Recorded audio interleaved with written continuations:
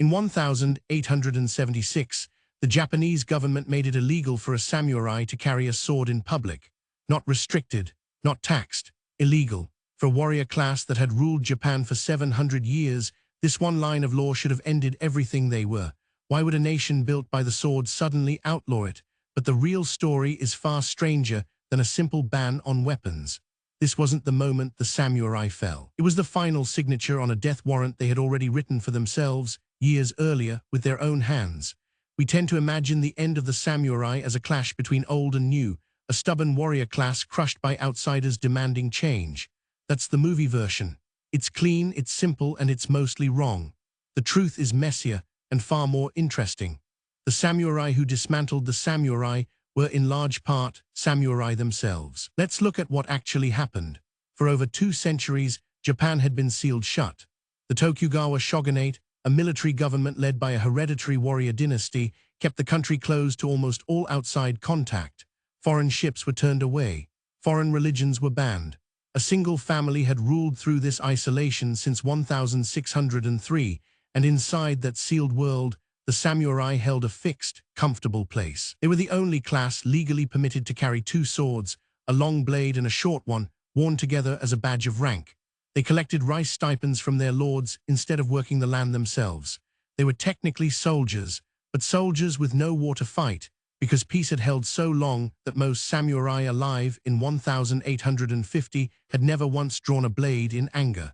Swordsmanship had become closer to ceremony than combat. Then, in 1853, everything cracked open in a single afternoon. 4 American warships appeared in Edo Bay under Commodore Matthew Perry, their black hulls trailing smoke from engines no one in Japan had ever seen up close. Perry delivered a blunt demand: open your ports to trade, or we will return with more ships.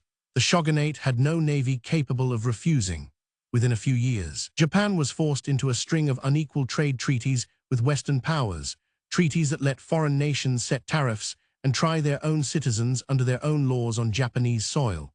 The illusion of the shogunate's strength, carefully maintained for 200 years, cracked in public view. Here's the part that surprises people. The men who used this crisis to bring down the shogunate were not peasants or merchants rising up against samurai rule. They were young samurai. Many from domains like Satsuma and Choshu on the southern edge of the country, warriors who watched their own government fail to protect Japan from foreign humiliation and decided the old system itself was the problem. Not foreigners, not modernity, the shogunate. In 1868, after a short but bloody civil conflict known as the Boshin War, these reformers overthrew the shogunate and restored political power to a teenage emperor, Meiji. It's called the Meiji Restoration, but restoration is the wrong word for what came next, because almost nothing was actually restored. No golden age of imperial rule returned. Everything instead was rebuilt from scratch, using Western industrial nations as the blueprint, and the people doing the rebuilding turned their first tools on their own class. Why would the very samurai who had just won a war for the old order start tearing that order apart with their own hands? Because they had seen up close exactly what happened to nations that hesitated. Because they had seen up close that swords could not stop a steamship and that pride could not stop a treaty written by someone else. They understood that Japan would be carved up piece by piece, the way China was being carved up by foreign powers at that very moment, unless the country modernized fast. And modernizing fast meant a national army, a national tax base, and a single centralized government answering to Tokyo. None of that could exist alongside 270 semi-independent feudal domains, each with its own private warrior class loyal to a local lord instead of the state. So it began, piece by piece, quietly at first. In 1869, the domain lords were persuaded, and in some cases pressured, into surrendering their lands and their household registers to the emperor. In 1871, the domains themselves were abolished outright and replaced with prefectures answering directly to Tokyo, in a single administrative stroke that erased 7 centuries of feudal geography almost overnight. Just like that, the local lords who samurai had served for generations, fought for, and in some cases died for, lost their territories entirely. But the samurai, for now, kept their rice stipends. The government still needed their loyalty, or at least their silence. That's not even the strangest part. In 1873, The government passed a national conscription law, drafted largely by a former samurai named Yamagata Aritomo, requiring men of all classes, farmers and merchants included, to serve in a new standing army. For the first time in Japanese history, fighting for the state was not a birthright reserved for the sword-bearing elite. It was a duty of ordinary citizens. Peasants who had never touched a weapon in their lives were suddenly standing in formation, learning to load and fire imported rifles, while samurai who had trained since early childhood in swordsmanship, archery, and horsemanship found their entire monopoly on organized violence quietly erased by a single piece of paperwork out of Tokyo.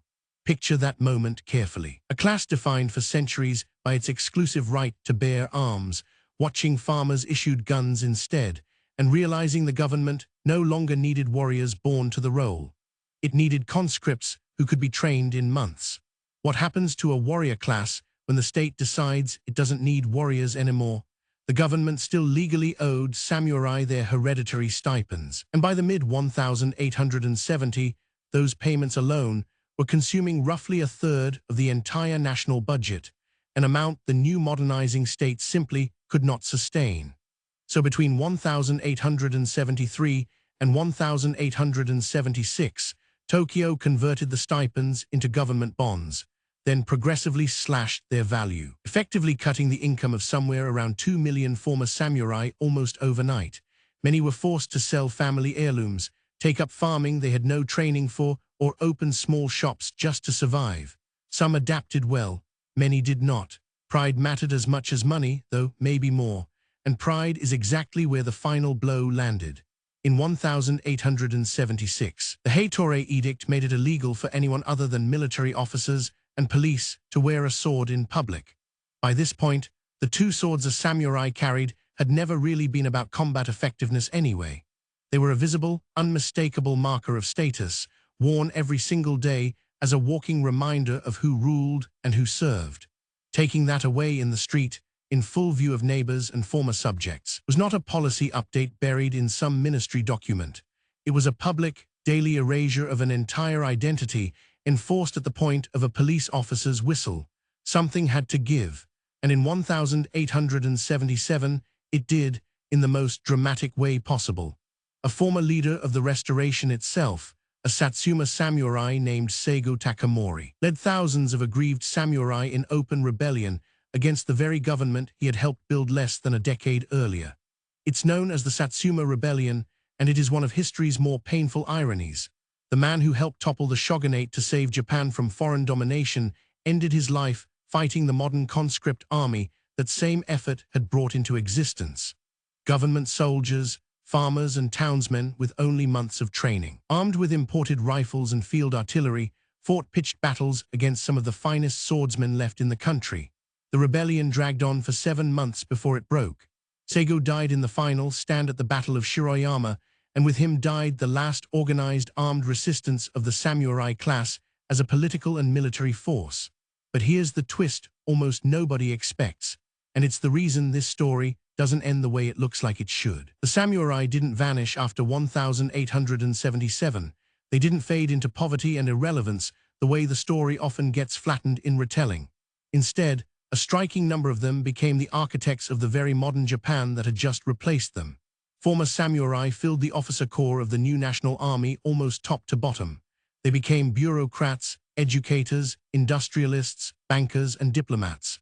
The discipline, literacy, and administrative training that centuries of samurai service had instilled turned out to be exactly what a rapidly modernizing state urgently needed, even after it had stripped that class of every legal privilege it once held. The class had lost its swords, its stipends, and its formal status. It had not lost its influence. Within a single generation, former samurai families were running banks, universities, newspapers, and government ministries instead of feudal domains. So the decision that ended the samurai era wasn't really one decision at all. It was a sequence, tightening year by year: land seizure, then abolished domains, then a conscription law, then stipend cuts, then finally the sword ban, each one removing a layer of what samurai identity had meant, until nothing legally distinguished a former warrior from any other citizen walking the same street. And the people who wrote nearly every one of those laws had themselves once carried the two swords they were now outlawing for everyone else. We still feel the echo of that transformation today, whether we notice it or not. Japan's reputation for disciplined institutions, meticulous bureaucracy, and an almost ceremonial respect for hierarchy in schools and companies didn't appear out of nowhere. It descends, in part, from a warrior class that lost its legal status but exported its discipline into offices, classrooms, and factories instead of battlefields. The bow replacing the blade, the uniform replacing the armor, the company replacing the lord. Even now, when a Japanese corporation talks about lifetime loyalty to the organization, or a martial arts dojo anywhere in the world teaches a student to bow before and after every match. Both are speaking in an accent shaped generations ago, by men who once served a feudal lord instead of a boardroom. Even the word most people associate with the samurai today, Bushido, the so-called way of the warrior, wasn't fully codified as a formal moral philosophy until after the class had already lost its legal power. It was written down, polished, and popularized largely in the decades after 1877, partly by former samurai and their descendants trying to preserve something of who they had been now that the swords, the stipends, and the domains were all gone. The ethics survived the abolition of the class that supposedly invented them. In a strange way, the samurai became more famous and more mythologized after the government made it illegal for them to exist as a legal category at all. In 1876, the Japanese government made it illegal for a samurai to carry a sword. It looked, on paper, like the end of a warrior class. It was actually the moment that class finished building the very nation that no longer needed it to fight.